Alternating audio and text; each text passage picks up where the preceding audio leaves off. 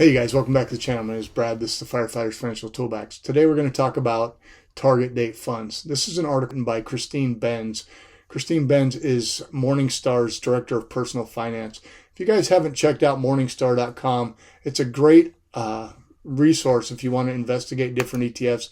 Here I brought up an example of typing in VOO, and you can get a breakdown of the pricing, the fund analysis. You can get risk, price, portfolio.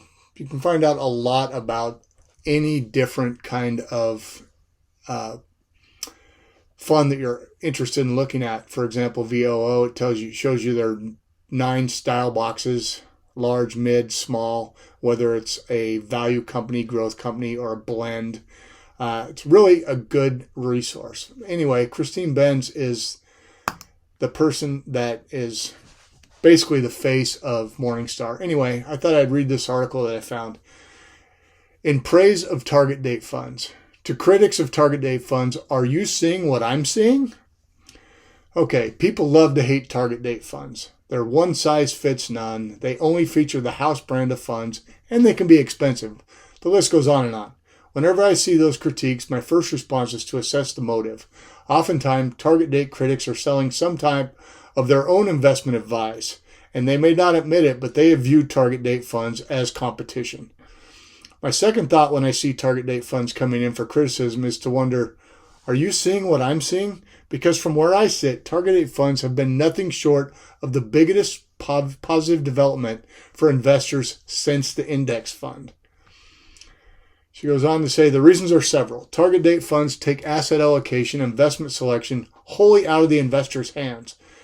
Not just at a single point in time, but at least until retirement. They provide an element of inexpensive, quite reasonable investment advice for people who might not otherwise be able to afford it and might otherwise make kooky choices. I like that. And most important of all, they have delivered positive outcomes for investors who own them. Target date funds ought to be celebrated, not denigrated, and they deserve broader adoption outside of company retirement plans.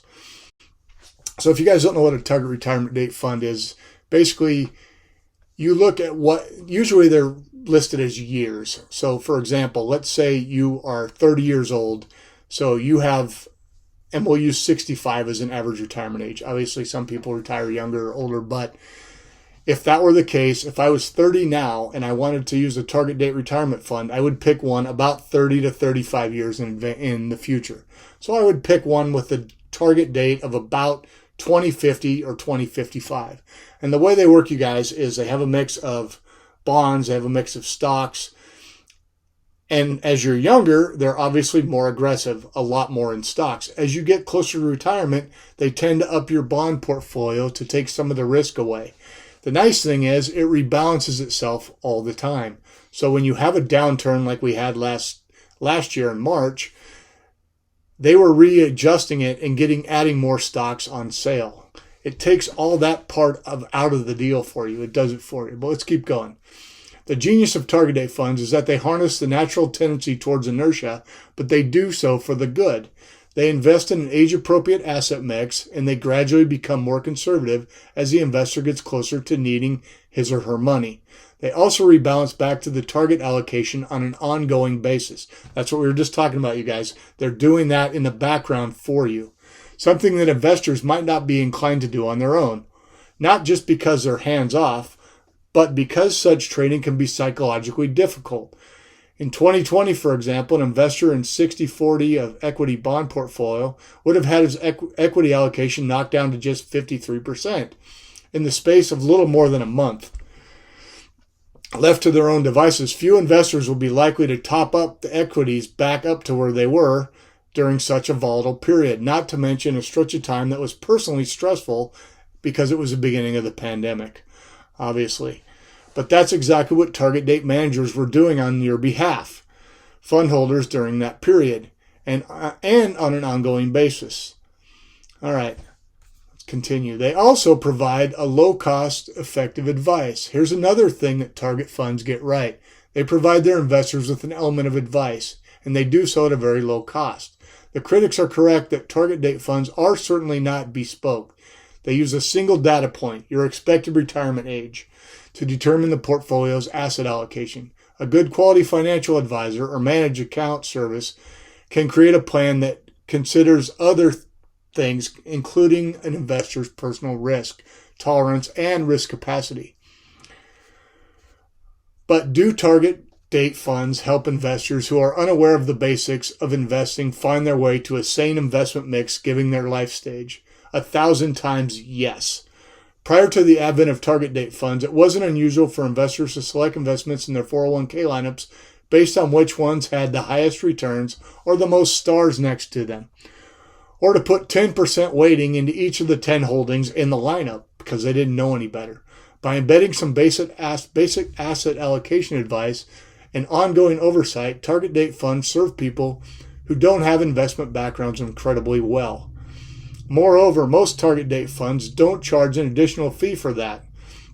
In the early days of target date funds, it wasn't uncommon for funds to live in an additional management fee above and beyond what the underlying funds charged. But most such fees have ebbed away, and underlying fees have dropped. In 2020, the average asset-weighted fee was 0.52%, and that's down from 0.73% 5 years before, you guys. So they're down almost half of what it was just a decade before, and that's the all-in fee. Do they contribute to good outcomes? Finally, and most significantly, target date funds are associated with good outcomes for their investors. While no investment can address the fact that most Americans are undersaved for retirement relative to where they should be, target date funds have helped ensure that investors who have purchased them have enjoyed a healthy share of the fund's returns. Of course, it's highly